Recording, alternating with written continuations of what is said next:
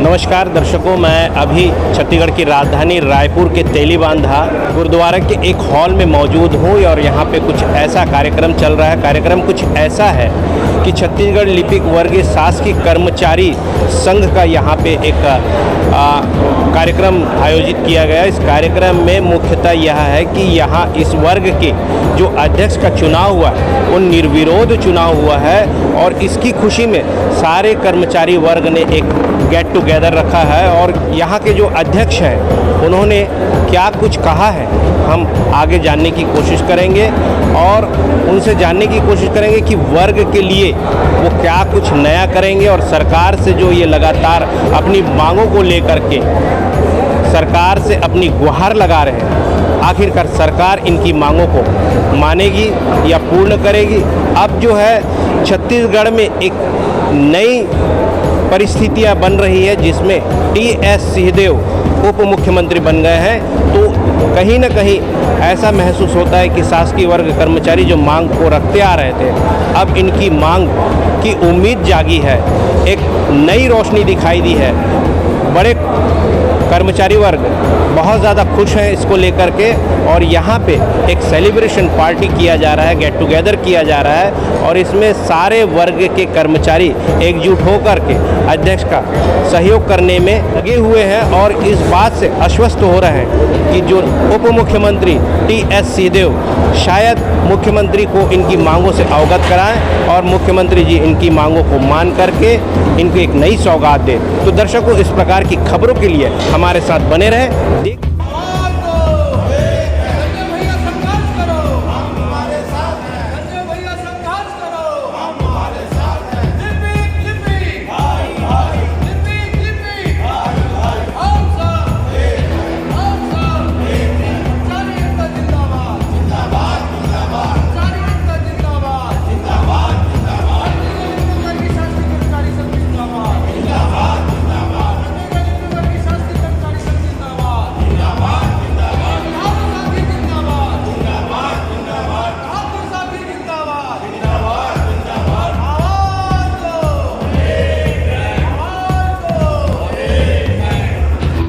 वर्गीय कर्मचारी के आप अध्यक्ष चुने गए हैं, बिना किसी विरोध के आप निष्पक्ष चुने गए हैं। इस विषय पर आपका क्या कहना है और वर्ग के लिए क्या कुछ करेंगे?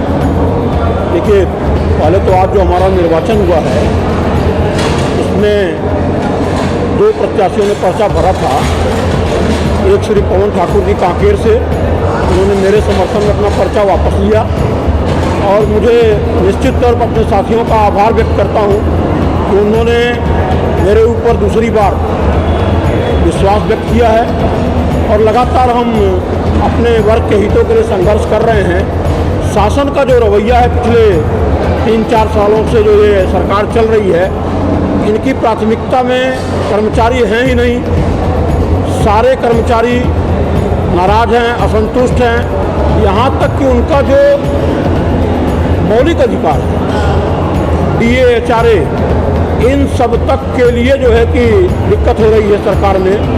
तो जो भी रणनीति बनेगी, आज हमारी 2 बजे से महासमिति की बैठक है, उसमें कैसे संघर्ष का क्या परिणाम देना है, इस महासमिति में जो पारित होता है उसी को हम साल भर इम्प्लीमेंट करते हैं। और ये सबसे बड़ी सभा है हमारी, आज जो सभा होगी और यहाँ जो निर्णय होगा उसके अनुसार संघर्ष का पथ चुना जाएगा और सरकार के विरुद्ध संघर्ष तो करना है। लगातार अनियमित कर्मचारी आंदोलन करते आ रहे हैं, सरकार के खिलाफ लगातार चिल्ला बोलते आ रहे हैं। क्या अनियमित कर्मचारियों को नियमितीकरण की बात अब सरकार करेगी, क्योंकि डिप्टी सीएम के सामने आ चुके हैं? देखिए, अनियमित कर्मचारियों के विषय में मैं कोई टिप्पणी नहीं करूँगा, ये सरकार और उनके बीच का मामला है। अभी हमारा कहना यह है कि नियमित कर्मचारियों को भी तो कुछ नहीं मिल रहा है। अनियमित की जो मुद्दा है, उन्होंने अपने जन घोषणा पत्र में उल्लेख किया है कि नियमित किया जाएगा, तो सरकार और उनके बीच की वार्ता है। लेकिन हमारा तो जो मौलिक अधिकार है वो हमको नहीं मिल रहा है। इस प्रकार की सरकार से आप जो नियमित कर्मचारी है, सरकार से हमारी जो वेतन विसंगतियों का निराकरण नहीं हो रहा है, जिसका कि उन्होंने स्पष्ट तौर पर अपने जन घोषणा पत्र में लिखा है कि समस्त संवर्गों के वेतन विसंगतियों का निराकरण किया जाएगा। ये पहला ही मुद्दा है। पूरे देश में छत्तीसगढ़ राज्य पहला ऐसा राज्य है जो सबसे पीछे महंगाई भत्ता देने में है। HRA हम 5वें वेतनमान पर हमको मिल रहा है।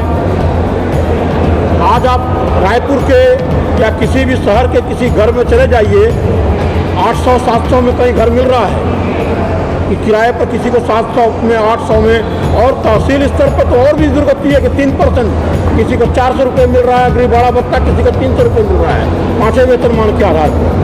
उस स्थिति में सरकार को ये समझना चाहिए कि अगर कर्मचारी अपने ग्रीवांसेस के लिए परेशान रहेगा तो सरकारी काम पर उसका निश्चित तौर पर प्रभाव पड़ेगा। क्या लगता है अब जो डिप्टी सीएम सिंहदेव आ गए हैं, इससे आप कर्मचारियों के बीच में हिरण की ये दिख रहा है कि आप मांगे हैं, निरंतर आप मांगते आ रहे हैं, उस पर किसी प्रकार का कोई प्रकार?